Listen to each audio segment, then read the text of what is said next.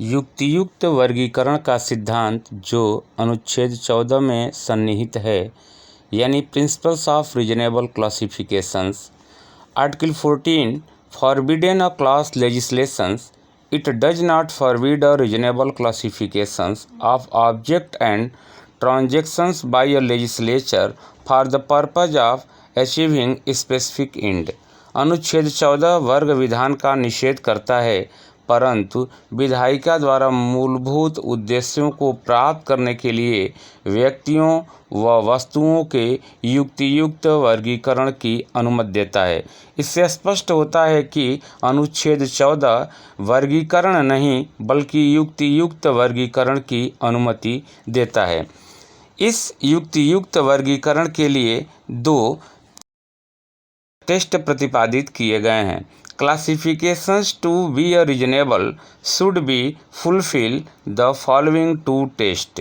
It is decided in the case of Ram Krishna Dalmia versus Justice S.R. Tendolkar 1958.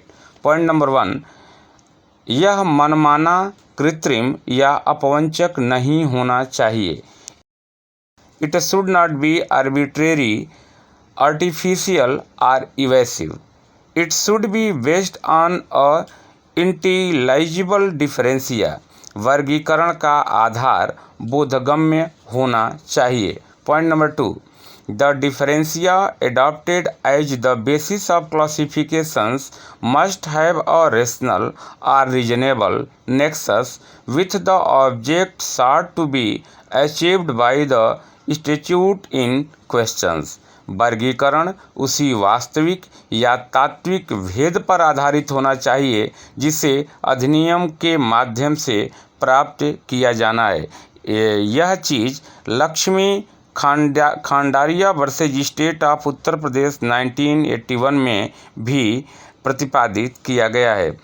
अनुच्छेद 14 स्पष्ट रूप से प्राविधान करता है कि युक्तियुक्त वर्गीकरण स्पष्ट बोधगम्य होना चाहिए और इसे अनुच्छेद 14 मान्यता देता है। अनुच्छेद 14 के संदर्भ में कुछ अपवाद भी दिए गए हैं। वह article 361, article 105, article 31A, B व C, आर्टिकल 361A में दिया गया है। बहुत बहुत धन्यवाद।